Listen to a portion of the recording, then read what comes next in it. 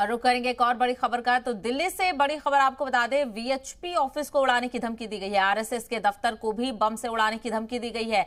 VHP के वजीर धर्मेंद्र ने मुलजिम को पकड़ा है। दिल्ली पुलिस मुलजिम से पूछताछ कर रही है।